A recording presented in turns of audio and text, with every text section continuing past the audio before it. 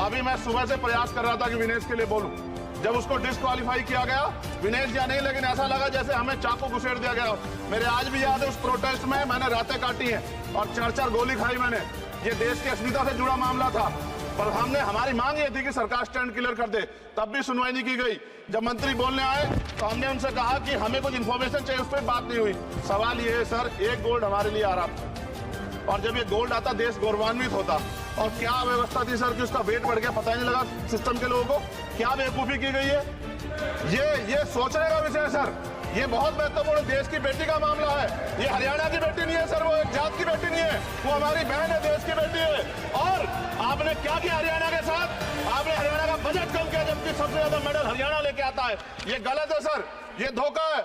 हमें इस बात की तकलीफ है कि विनेश जो है देश का नाम गौरवान्वित करती, इस देश का नाम बढ़ाती, लेकिन आज जो है अपमान का सामना करना पड़ रहा है। जब हमारे हितों की बात होगी हम जो है समझौता कर सकते हैं, लेकिन जब देश के हितों की बात होगी, बाबा साहब अम्बेडकर ने कहा था हम प्रथम और अंत्य भारतीय हैं। जब देश हितों की बात होगी, महिला हितों की बात होगी, महिला सम्मान की बात होगी, हर हम कीमत चुका देंगे।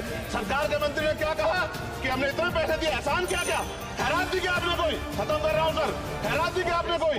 इससे ज्यादा पैसे हम आपको दे देंगे, लेकिन आपको चाहिए था कि इस मामले को संभालते और देश का सम्मान बढ़ाते। आपने लापरवाही बरती, इसका खामियाजा हमें भुगतना पड़ा। मैं आपसे आग्रह करूंगा कि जब वो बेटी देश लौटे सर, जब वो बेटी देश लौटे, रुक जाओ प्लीज, जब वो बेटी देश लौटे, मैं आपसे आग्रह करूंगा कि स्पीकर सर यहाँ बुला के उसका सम्मान करें।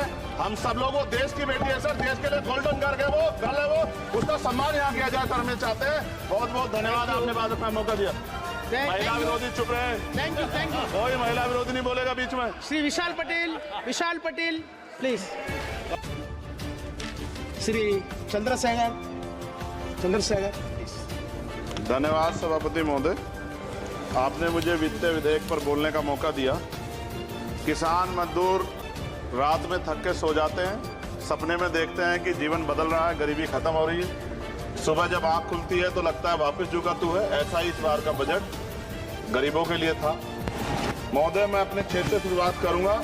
मेरा क्षेत्र नगीना बाढ़ प्रभावित है, कोई चर्चा नहीं हुई। किसान आम आदमी परेशान है, कोई चर्चा नहीं हुई। गन्ना मिल समय पर पैसा नहीं देती है। गुलदार ने 30 लोगों की जान एक साल में ली है पिछले, कोई फर्क नहीं पड़ता अमीरों को। उद्योग धंधे लगाने की कोई बात नहीं हुई। मेडिकल कॉलेज और एम्स के निर्माण की कोई बात नहीं हुई। ग्रामीण क्षेत्रों में खेलों को बढ़ावा देना, स्पोर्ट कॉलेज की कोई बात नहीं हुई। महोदय, देश में भूमि सुधार किया जाए। लाखों बीघा जमीन जो है भू माफिया ने कब्जाई हुई है, भूमिहीनों को भूमि दी जाए। बिजली के दाम में कटौती की जाए। गरीबों को कम दाम पे जो है बिजली उपलब्ध कराई जाए। ठेकेदारी प्रथा, संविदा, लेटर एंट्री खत्म की जाए। पक्की नौकरी दी जाए। निजीकरण की वजह से सरकारी नौकरियां लगभग खत्म हो गई हैं।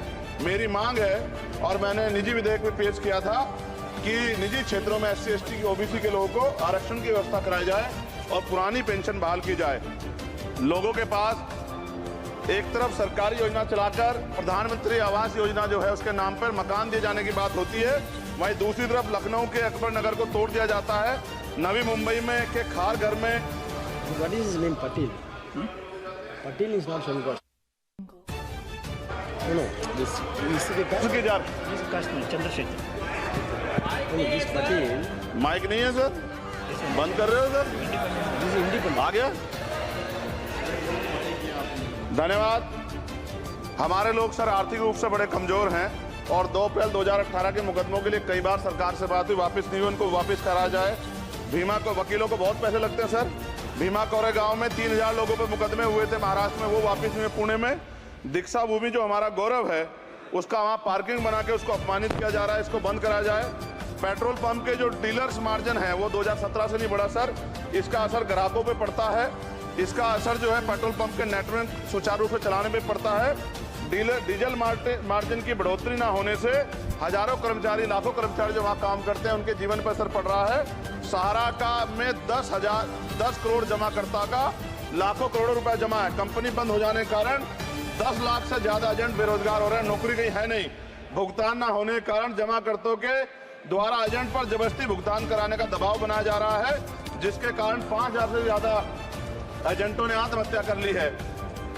सभापति महोदय, उत्तर प्रदेश देश का सबसे बड़ा सूबा है, उसको इस बजट में कुछ नहीं मिला। और बहुत सारे मेंबर, 80 के लगभग हम मेंबर जो है उत्तर प्रदेश जीत के आए। ना के बराबर मिला। यूपी में 25 करोड़ से ज्यादा आबादी है उत्तर प्रदेश के अंदर। 5 किलो राशन सरकार दे रही है, लेकिन जीवन जीने के लिए काफी नहीं है। और भी बुनियादी सुविधा की जरूरत पड़ती है। अगर इज्जत की जिंदगी चाहिए, उसके लिए सरकार के पास कोई उपाय नहीं है। यूपी जब एक बड़ा राज्य है, लेकिन यूपी में भाजपा सरकार की विकास गति बहुत धीमी है। हमारी सरकार से, केंद्र की सरकार से मांग है, हमें यूपी की सरकार की चिंता नहीं है, लेकिन यूपी की जनता की चिंता है। मैं मांग करता हूं कि यूपी को 4 भागों में विभाजित किया जाए। डॉक्टर बाबा साहब अम्बेडकर ने कहा था 1995 में, उनकी बुक है थॉट्स ऑफ लिंग्विस्टिक स्टेट, किताब में कहा था राज्य जितना छोटा होगा, राज्य की प्रगति उतनी होगी, जनता को रोजगार मिलेगा और जनता का जीवन संपन्न होगा। मोदी, एक बात मुझे आपसे कहनी है। आपने भी ये विषय उठाया था जब आप अपनी बात रख रहे थे। शेड्यूल कास्ट के साथ जो धोखा किया गया सुप्रीम कोर्ट के जरिए, आप इस बात को इस तरह समझे, 1.5 साल पहले मैंने मांग की थी, अगर इतना हितैषी हमारे लोग होते तो जब ईडब्ल्यूएस 10% दे सकते हैं तो 5% शेड्यूल कास्ट के उन जातियों को दिया जा सकता था। लेकिन दृढ़ संकल्प और इच्छा शक्ति नहीं है गरीबों के उत्थान की। साथ साथ ओबीसी की जातियां, उनको भी दिया जा सकता था। ये जो हमारे साथ खेल किया गया है, ये खेल जो है, इसमें बहुत गुस्सा है। सरकार को संज्ञान लेना चाहिए और सत्ता और विपक्ष दोनों जो है अपना स्टैंड क्लियर कर दें, क्योंकि दलित समाज, आदिवासी समाज इसको देख रहा है। वो भूलेगा नहीं, जो उनके गले काटने का काम करेगा उनको भूलेगा नहीं।